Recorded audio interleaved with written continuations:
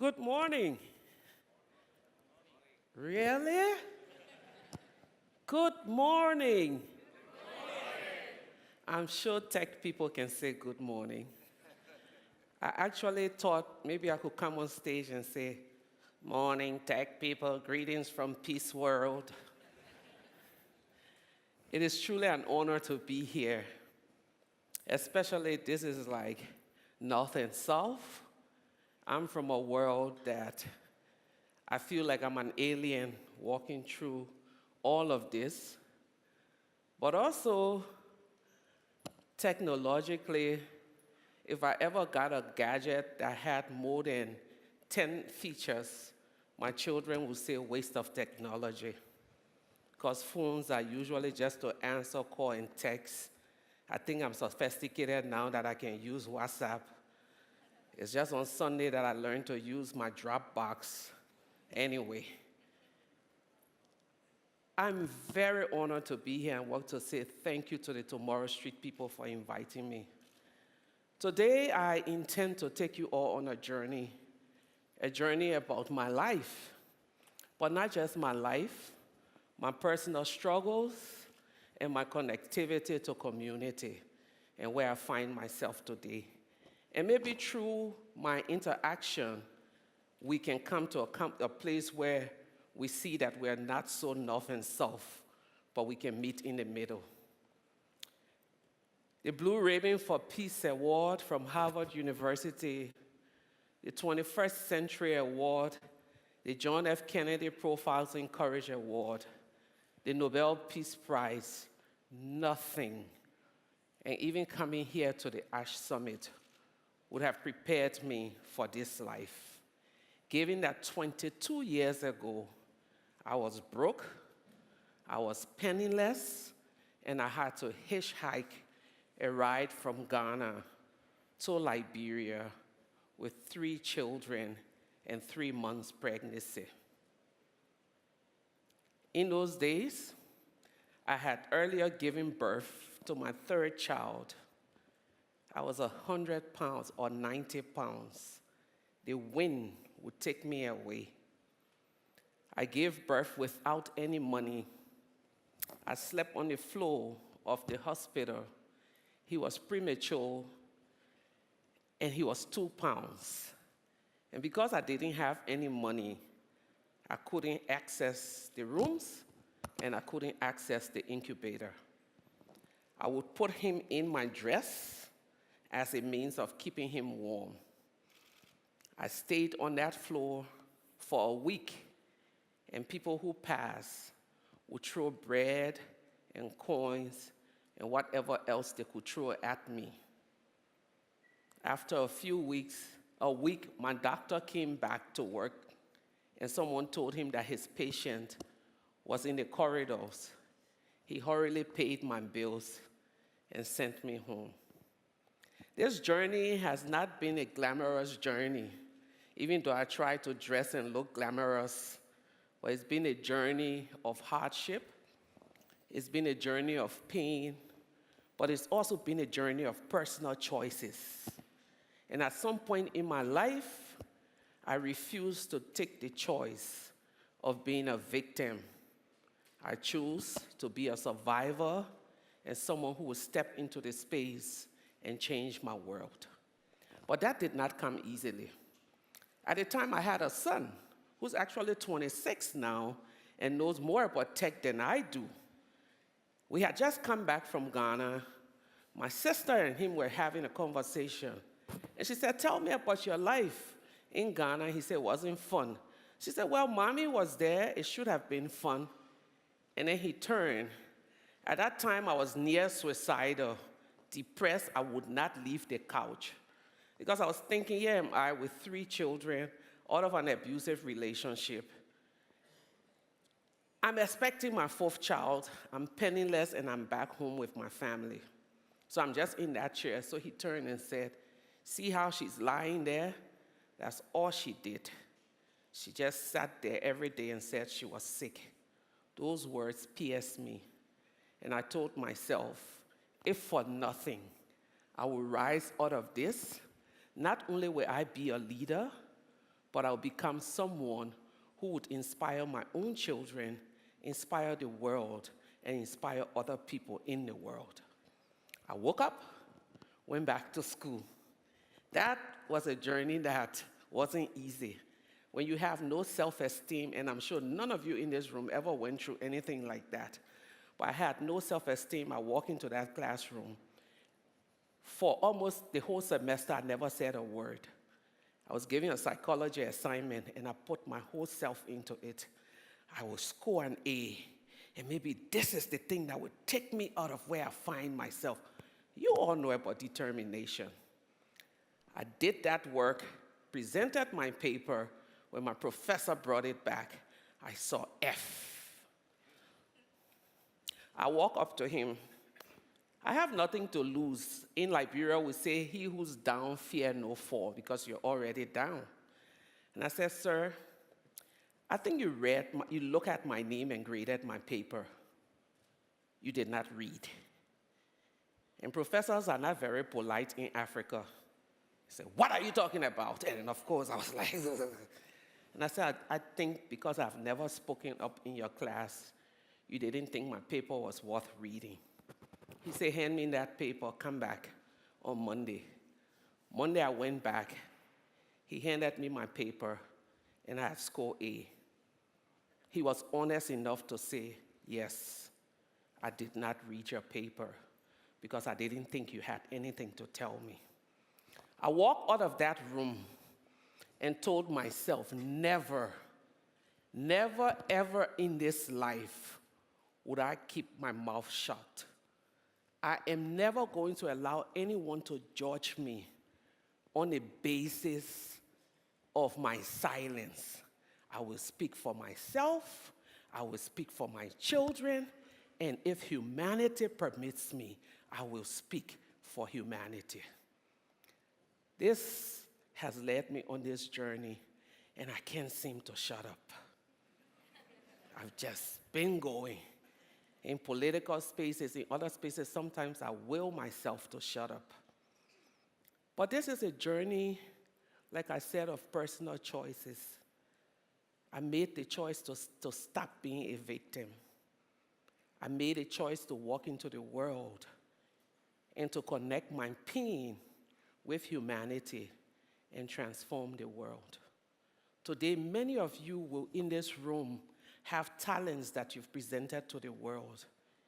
And you hope for, in some cases, for the startups that your talent will bring you to a place of excellence.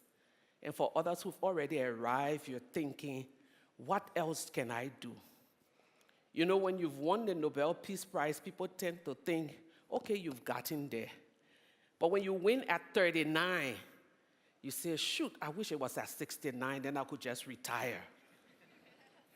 At 39, it's like you've won it, now earn it. And so the second part of my journey has been about bringing people along. Several years ago, I walked into a refugee camp where I met a group of girls, and I had a conversation with them about life. And I asked them where did they think I was 10 years earlier. And most of them said in the US, in UK, fancy places because I had gotten out of a nice SUV. And I said, no. I was in this country, on this refugee camp, with 3 children and virtually homeless and penniless. But I decided that I was going to make the best out of my life, and that they too could do that. And so that has been a new journey of taking young people along, of investing in their education. But it's not just the financial investment.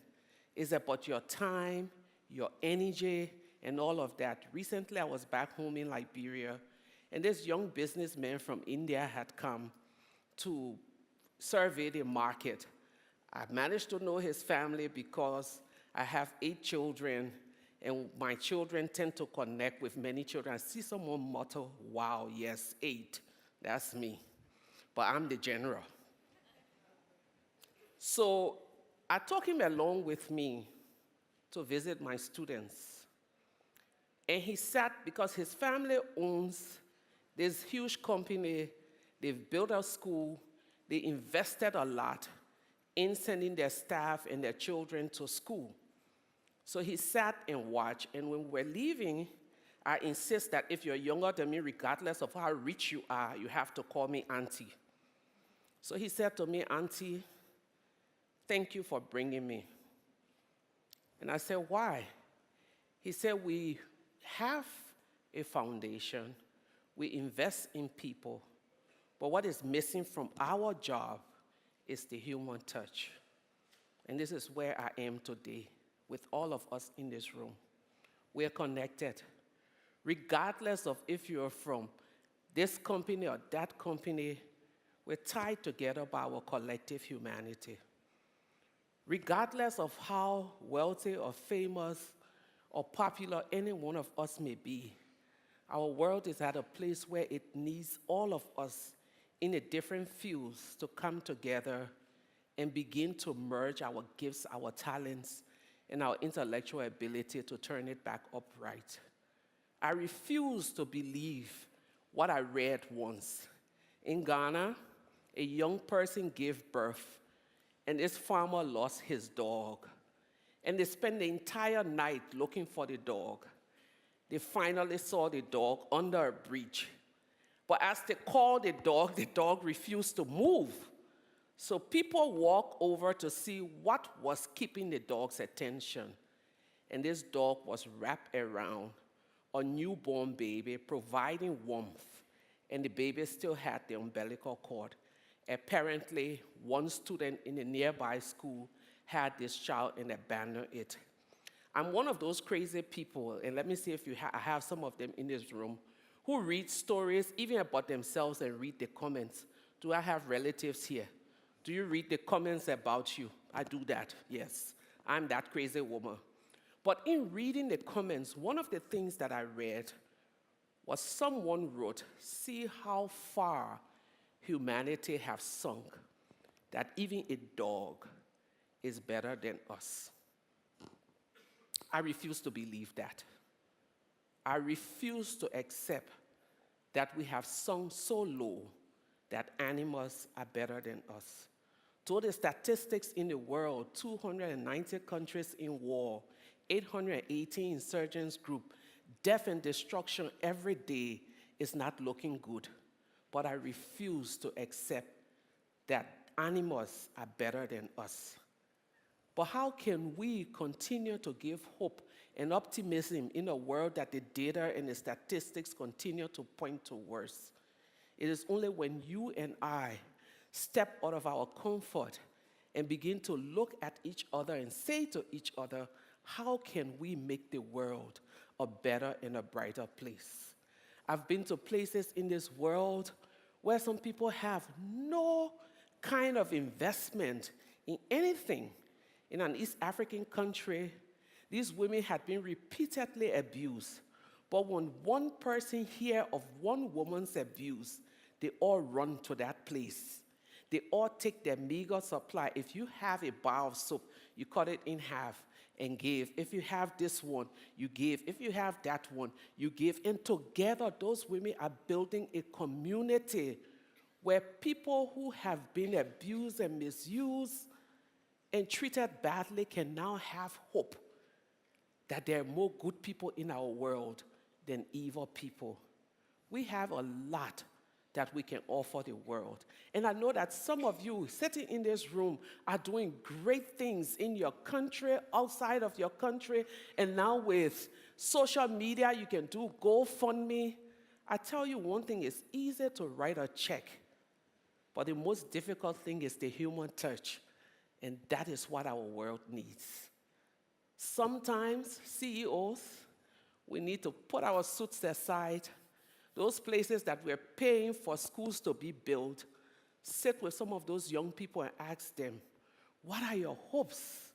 What are your dreams? What are your aspirations?